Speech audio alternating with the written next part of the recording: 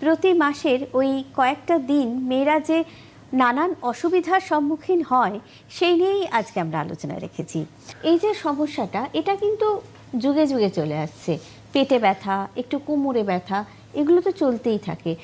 কখন এটাকে আমরা সমস্যা বলবো? পেটে ব্যথা বা আরও একটা হয় কোমরে ব্যথা এর সাথে সাথে। হ্যাঁ, এই ব্যাপারটা হলো যে যখন বিশেষত যখন ছোট মেয়েরা যখন তাদের মাসিক শুরু হলো, সেই প্রথম দিকে এই ব্যথার পরিমাণটা অনেকটা বেশি থাকে।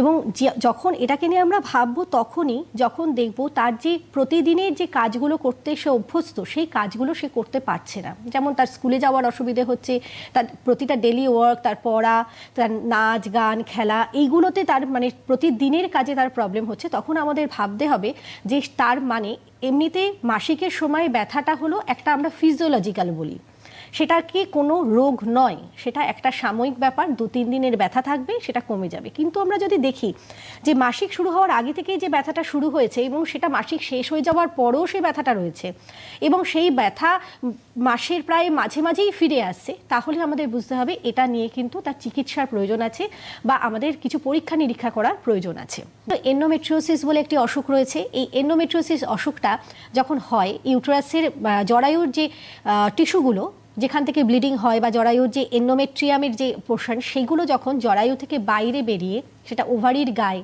বা টিউবের গায়ে এখানে লেগে যাচ্ছে, তখন সেই অসুখটা হলো এন্ডোমেট্রিওসিস। এবং সেক্ষেত্রে মাসিকের সময় যেরকম ব্লিডিং হচ্ছে ইউটেরাসের মধ্যে থেকে, তেমনি সেই জায়গাগুলোতেও যেখানে যেখানে জরায়ুর টিস্যু আছে সেখান থেকেও ব্লিডিং হচ্ছে এবং সেই ব্লাড ক্লটটা জমে গিয়ে সেখানে একটা সিস্টের মতো তৈরি করছে, চারপাশের বিভিন্ন অর্গানগুলোকে আটকে দিচ্ছে, যেটাকে আমরা অ্যাডহেশন